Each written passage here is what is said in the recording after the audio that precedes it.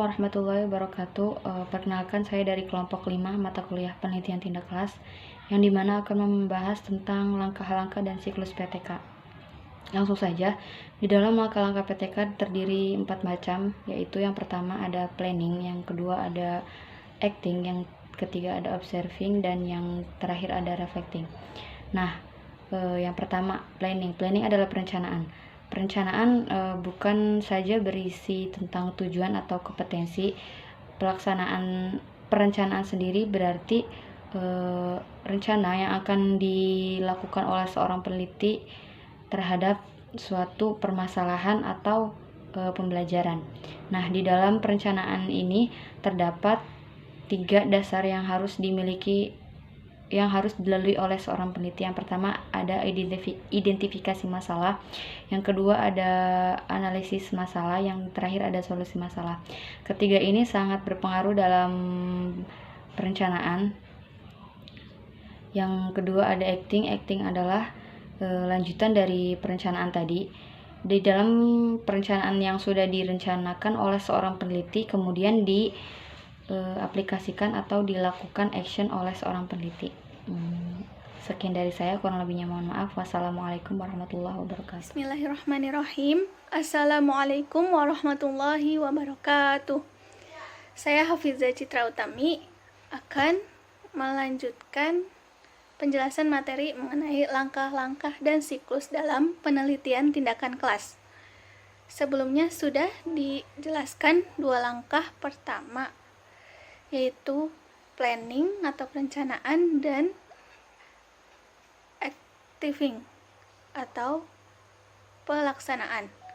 Nah, langkah selanjutnya adalah observing atau pengamatan. Observasi ini merupakan proses pengumpulan data mengenai tingkat keberhasilan strategi yang digunakan untuk memecahkan masalah. Dalam PTK, observasi ini diartikan sebagai suatu cara pengumpulan data berdasarkan pengalaman dan pencatatan yang tersusun secara sistematis terhadap kejanggalan-kejanggalan yang ada dalam proses penelitian. Dalam tahap observasi ini, terdapat beberapa hal yang harus diperhatikan, yaitu pertama, pengumpulan data. Nah, prinsip pengumpulan data dalam PTK ini tidak berbeda dengan prinsip pengumpulan data pada jenis penelitian yang lain. Jadi, untuk mendapatkan data yang akurat, perlu disusun suatu instrumen yang valid dan reliable. Kedua, sumber data.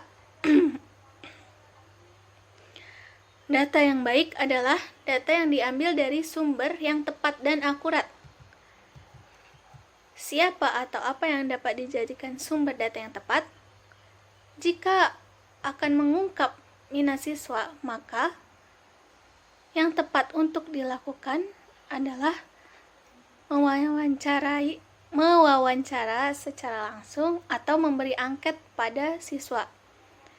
Selain itu, ada beberapa sumber lain yang dapat dimanfaatkan oleh penelitian tindakan kelas, yaitu buku harian, dokumen atau catatan tentang hasil belajar, jurnal, foto, laporan, pengamatan, hasil angket, dan tes hasil belajar. Yang ketiga yaitu critical friend. Dalam penelitian tindakan kelas, teman yang mungkin dijadikan kolaborator oleh peneliti memainkan peran yang sangat penting dalam penelitian tindakan kelas ini. Critical friend merupakan pihak ketiga yang dapat meningkatkan kualitas hasil penelitian tindakan. Mereka adalah seorang kritikus yang mampu dan bersedia memberikan saran positif dalam pelaksanaan penelitian tindakan kelas. Jadi, critical friend ini membantu dalam memberikan saran ataupun kritik masukan kepada peneliti dalam penelitian tindakan kelas. Kemudian yang keempat ada analisis data. Tahapan setelah pengumpulan data yaitu analisis data. Kegiatan pengumpulan data yang benar dan tepat merupakan inti penelitian tindakan.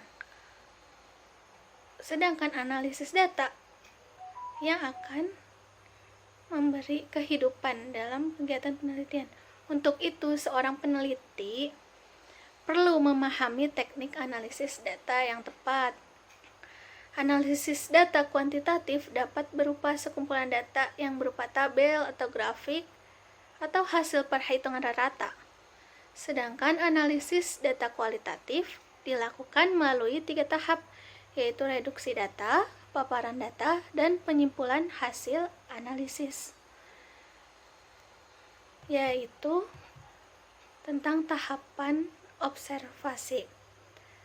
Tahap atau langkah selanjutnya, langkah yang terakhir adalah refleksi. Refleksi merupakan kegiatan untuk mengemukakan apa yang telah dilakukan. Dalam PTK, refleksi ini adalah kegiatan melihat dan mengamati kekurangan-kekurangan yang guru lakukan dalam tindakan. Refleksi dilakukan dengan mengadakan kerjasama dan diskusi dengan observer yang biasa dilakukan oleh sesama teman. Dari hasil refleksi, jika ada kekurangan-kekurangan, maka guru dapat menjadikan kekurangan itu sebagai dasar dalam penyusunan rencana ulang. Melalui proses refleksi ini dapat ditarik kesimpulan yang mantap dan tajam. Hasil refleksi digunakan untuk menetapkan langkah selanjutnya dalam upaya untuk menghasilkan perbaikan. Nah, dalam melakukan refleksi ini, langkah pertama yang dilakukan adalah analisis data. Analisis data dalam penelitian tindakan kelas meliputi kegiatan menggolongkan berbagai macam data, yaitu dalam PTK kategori dapat mengacu pada indikator keberhasilan baik proses maupun hasil, dan kegiatan yang kedua yaitu menyusun berbagai data dalam tiap kategorinya. Penyusunan data ini dilakukan melalui tabulasi data jika data kuantitatif dan melakukan reduksi data jika data kualitatif. Jadi, secara umum langkah-langkah PTK itu ada 4 langkah, yaitu perencanaan, pelaksanaan, pengamatan, dan refleksi. Keempat langkah tersebut dapat disebut dengan satu siklus. Setelah melakukan refleksi segala kekurangan pada tindakan sebelumnya,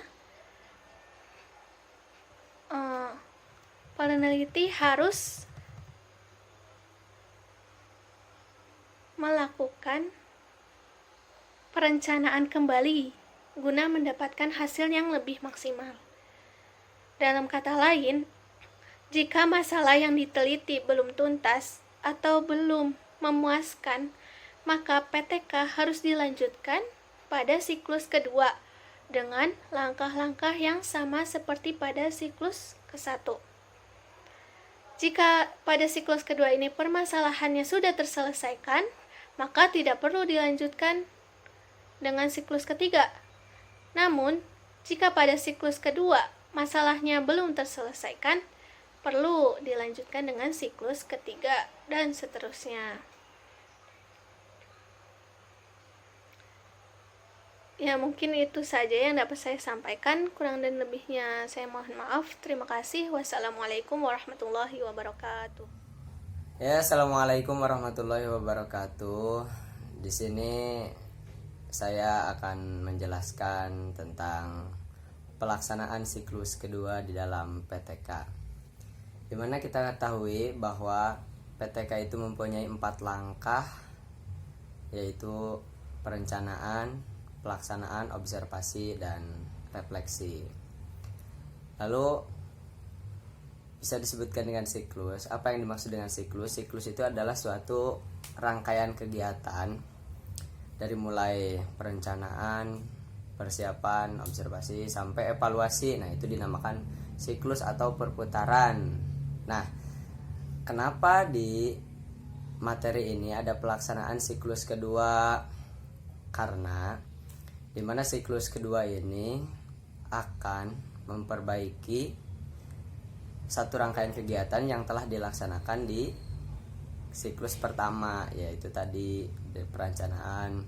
Nah, di dalam siklus kedua itu ada 3 bagian. Yang pertama itu perbaikan rencana, namanya juga siklus kedua, yaitu memperbaiki dari kegiatan yang telah dilaksanakan di awal. Ya, terus yang kedua ada acting dengan observasi. Terus yang ketiganya itu refleksi. Nah, jadi siklus kedua itu memperbaiki dari kegiatan-kegiatan yang telah dilaksanakan. Jadi bukan mengulang lagi dari awal, tapi memperbaiki. Nah, itu yang disebut atau yang dimaksud dengan siklus kedua di dalam PTK. Mungkin hanya itu yang dapat saya sampaikan, kurang dan lebihnya mohon maaf. Assalamualaikum warahmatullahi wabarakatuh.